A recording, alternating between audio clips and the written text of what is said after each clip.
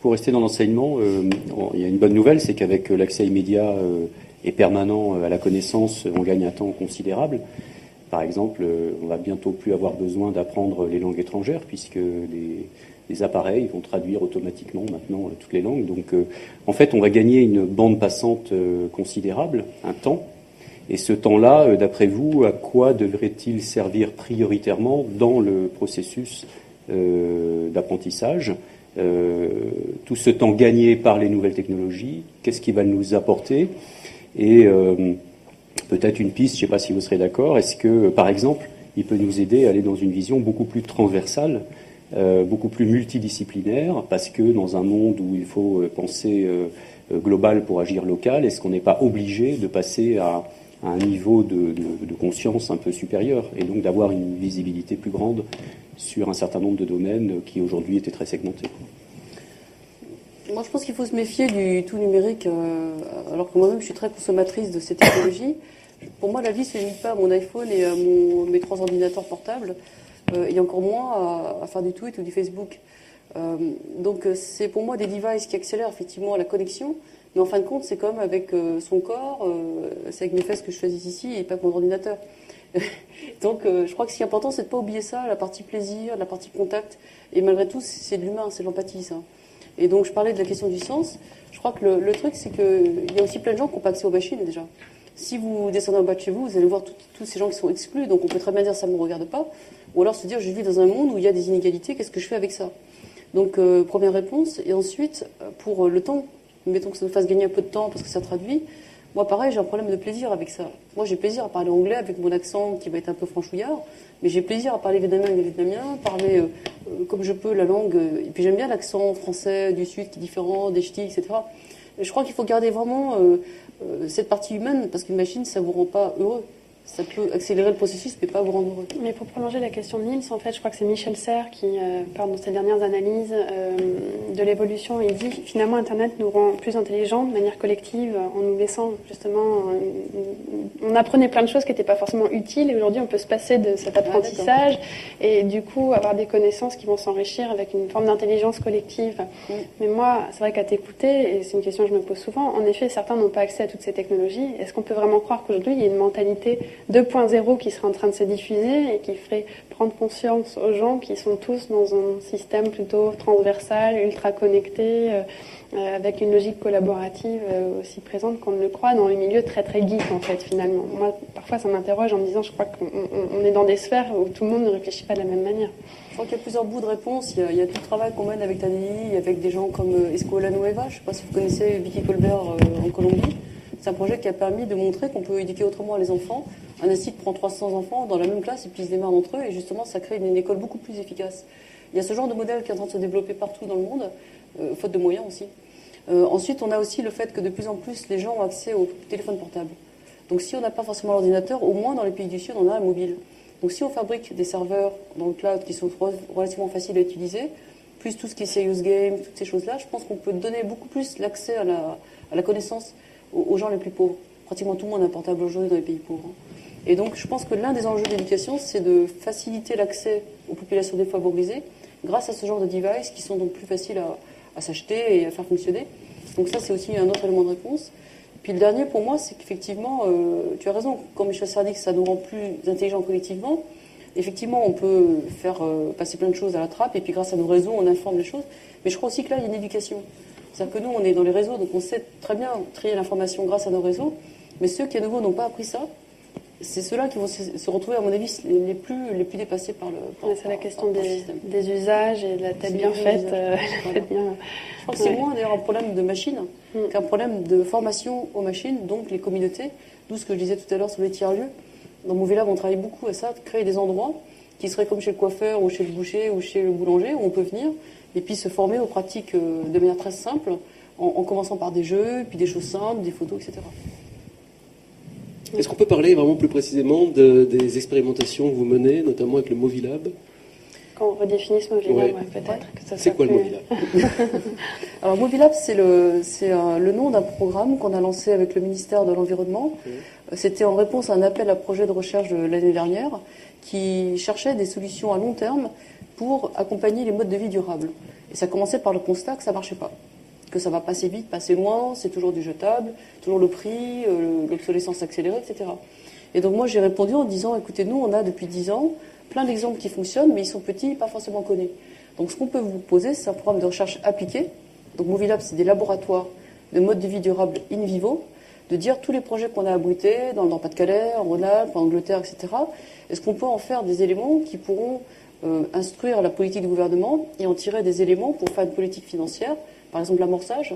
Comment est-ce qu'on pourrait financer des gens comme Wisher quand ils démarrent quelque chose, financer des jeunes écoquartiers, des jeunes qui ont des idées. Et donc cette idée de dire l'incubateur qu'on applique à l'entreprise, est-ce qu'on ne peut pas le faire pour des projets de mode de vie durable et le faire dans le territoire. Et c'est là qu'on a raccroché toute la partie tiers-lieu. Donc un tiers-lieu, je rappelle, c'est le cube en étain. Un tiers-lieu, c'est un endroit qui n'est ni le domicile, ni le bureau. C'est entre les deux. Vous pouvez venir travailler, échanger des choses et surtout vous rencontrer des gens comme vous qui veulent créer des choses. Donc c'est la mutinerie à Paris, la cantine, la ruche, le comptoir numérique à Saint-Étienne. Et ça peut être aussi les Fab Labs, la médiathèque, etc. Et donc moi, mon idée, c'est de hacker ce truc-là, hacker, c'est détourner, c'est d'aller pirater, voilà, c'est d'aller plus loin que la simple adapter, affiner, accompagner. Ouais, voilà. Et c'est bousculer un peu, c'est-à-dire au lieu d'avoir la maison des assos qui fait juste les trucs AMAP, les trucs comme ça, qui sont perçus comme pas très high-tech, de l'autre la pépinière entreprise super high-tech et aucune personne moyenne ose entrer là-dedans. Ensuite, vous avez les machins de design. Alors là, c'est encore plus fermé à certaines populations. Bon, on a plein d'objets comme ça, avec une population et une destination spécifique. Et nous, Movilab, c'est dire tous ces trucs, on va les hacker. On va faire un lieu qui serait ouvert à tout le monde, dans lequel on peut venir expérimenter les modes de vie. J'étais avec Gershenfeld samedi dernier à Toulouse. Gershenfeld, c'est le bonhomme qui a inventé les Fab Labs en 2004 au MIT. Les Fab Labs, c'est un peu le WikiHouse. C'est un endroit où vous avez des machines, outils pour fabriquer des objets en libre service. Et les profs du MIT, au début, formaient les étudiants. De fil en aiguille, les gens sont venus se faire former puis bricoler avec eux. Donc il y a une fraiseuse, il y a une imprimante 3D, des choses comme ça. Et aujourd'hui, il y en a des centaines dans le monde, même en Afghanistan, en Inde, partout. Et avec ça, on peut fabriquer par exemple, en Afghanistan, ils ont fabriqué un Wi-Fi avec des bouts de vieilles casseroles et puis des bouts de miroirs cassés, enfin des trucs comme ça. Et donc l'idée, c'est de dire, Movilab, c'est de dire, est-ce que dans tous les endroits où il y a des gens qui viennent des communautés, est-ce qu'on peut en faire un lieu où les gens vont s'approprier ces nouvelles technologies de l'esprit. Et donc on vient avec des matériels qu'on va filmer ailleurs, on va montrer les choses qui marchent, on va essayer de donner envie, on va jouer avec eux. Et si on fait une installation, on fait 4 heures avec eux, on fait un papy camp, c'est les papys, on fait une mamie camp, on parle avec les mamies, tricot, tout ça. On leur fait des trucs qui concernent leur centre d'intérêt et on glisse là-dedans les usages numériques de manière à ce que ça devienne une pratique, une technologie de l'esprit. Voilà, c'est ça qu'on essaie de faire à travers Movilab, c'est de faire que les gens s'approprient ces nouvelles technologies par la boutique en bas de chez soi. Et évidemment, ça ne marche qu'avec les communautés. Donc dans Movilab, il y a beaucoup d'investissements, en tout cas pour moi, sur ces fameux transgresseurs et ces early adopters qui vont être les premiers à passer la balle aux autres.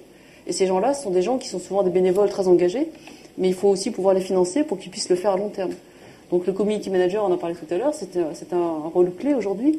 Mais aujourd'hui, je pense qu'on ne reconnaît pas assez cette fonction, ce qui fait que les gens qui le font souvent, c'est en plus de leurs heures de travail, ce qui rend les choses assez difficiles à pérenniser. En fait, Sophie, oui. Ouais, ce qui est intéressant, je pense, ça rejoint ce que Joël de René explique lorsqu'il dit que l'Internet est en train de se rematérialiser, en fait, que les logiques du web sont en train de trouver des applications réelles, et donc tout ce qui est Fab Lab ou imprimante 3D, tout ce qui se passe aujourd'hui avec ces bricoleurs du XXIe siècle relève de cette logique-là. Moi, je pense que ce serait intéressant que tu reviennes sur ce qui a été concrètement fait à Mouansartou, Los Angeles, ou Movilab, ou BZ même, qui est un des premiers exemples. Alors, effectivement, puis il faudra que j'oublie pas d'expliquer pourquoi l'open source, dans l'open hardware, c'est compliqué. C'est l'histoire du design. On peut peut-être reprendre ça et après j'explique. Oui, peut-être parce que l'open source, c'est vrai qu'on en a parlé à plusieurs Reparlons reprises, de l'open source. Pour revenir vraiment sur les et fondamentaux de la logique. Et après, on parlera des exemples. Ouais. L'open source, bon, je crois que vous connaissez le principe de l'open source. C'est l'idée d'avoir accès au code source du logiciel pour savoir ce qui est écrit dans la boîte. Donc pas de boîte noire, pas de verrue, on sait ce qu'il y a dedans. Alors le problème, c'est que dans l'informatique, en théorie, c'est simple, puisque la machine exécute les ordres. Donc vous pouvez toujours récupérer le code source, le changer, le lire, le changer. Enfin, le modifier à votre avantage. Le problème de l'open source, c'est que si vous n'êtes pas un informaticien très pointu, et si le truc n'est pas documenté, on n'arrive pas à reprendre. Donc en fait, pour qu'un code source soit vraiment open source, il y a un vrai travail de documentation, de modularisation, donc de faire des blocs qu'on peut reprendre avec des morceaux, et pas un espèce de tas de lignes de code qui se balade. Donc en fait, on voit déjà que l'open source n'est open source que s'il y a un effort de transmission. Quand on passe maintenant la même chose sur des choses comme la Wiki House ou une imprimante 3D pour faire, je sais pas, une cafetière ou pour faire une télé. Speed avec les voitures. Voilà, tout ça, les voitures. Enfin, aujourd'hui, en théorie, on pourrait faire ça pour tout. Il y a même des gens qui ont fait des tracteurs. En 6 jours, on fait un tracteur pour le 10e du prix, etc. Le problème qu'on a, c'est qu'on voit bien que quand c'est des trucs humains, des objets, c'est pas comme le code source d'une machine. Parce qu'il y a l'interprétation par l'humain de ce qui est présenté là, pour l'objet en question. Et donc là, on rentre dans ce qu'on appelle le design. C'est-à-dire qu'il faut être capable d'expliquer à la personne suffisamment les différentes fonctionnalités de l'objet. Pour une voiture, on va expliquer ce qu'il y a dans le moteur, les différents éléments, la transmission, tous ces trucs-là. Et ensuite, on va leur donner suffisamment, on va suffisamment décomposer le truc pour que la personne puisse reprendre les modules un par un, les fabriquer et puis faire tourner la machine. Donc là, on remplace le code source par un design d'objet. Et pareil, il faut, dans le cas des tracteurs, on le voit bien, il faut filmer le truc. Il faut que le mec fasse la liste des ingrédients, donc tant de boulons, tant de cadres, machin, tel poids, etc.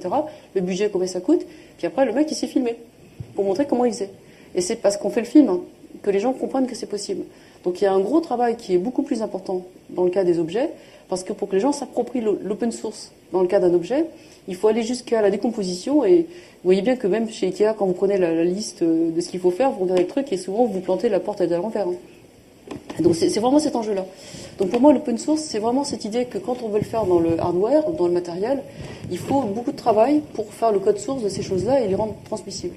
C'est pour ça que dans Movilab, je ne l'ai pas dit, mais la grosse patte de Movilab, c'est des partenariats avec des écoles, des universités. Donc on a des enseignants-chercheurs qui nous accompagnent et à chaque fois, on prend des étudiants qui vont faire un mémoire de thèse sur le projet en question. Et c'est eux qui vont nous faire les codes sources du projet regardé. Alors maintenant, du coup, on en arrive à Montsartou, Los Angeles et Bethesda. Dans mes travaux, il y a 10 ans, l'un des premiers objets que j'avais identifié comme vraiment intéressant en matière durable, parce qu'il marchait bien, il était sympa, et tout le monde venait le voir, c'était Bethesda. Donc c'est à côté de Londres, 82 logements, et ça réduit l'empreinte écologique de moitié. Et surtout, ça le fait sans être pénible ou retourner à l'âge de pierre. C'est pas ça du tout. Et avec 40% de logements sociaux, c'est quelque chose comme 30%, ça. ouais. 30%. Ouais. Un tiers, donc ils ont réussi aussi à faire ça. Et puis la qualité de vie est meilleure, puisqu'en fait 70% des gens, 7 ans plus tard, disent que ça a complètement changé leur vie. Ils connaissent en moyenne 5 fois plus de voisins que dans un logement normal, etc. Donc tous les indicateurs sont bons, on le voit aussi dans d'autres éléments comme les échanges entre les gens, etc. Donc l'empreinte réduite de moitié, l'énergie de 90%, etc.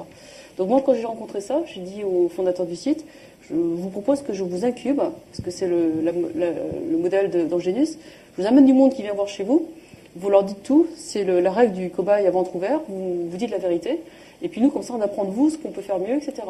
Et du coup, ce qui a marché, c'est que les gens venaient passer une journée sur le site, en parlant anglais, etc., c'était marrant, et du coup, les élus, l'ADEME, beaucoup de décideurs, du gouvernement et autres sont venus et ont dit après, finalement, s'ils l'ont fait, pourquoi pas nous? Et surtout parce qu'on montrait les erreurs. Voilà, donc sans la langue de bois, ça permet de donner envie de faire ça. Donc ça, c'était mon premier objet viral, le premier transgressif des 0,5%.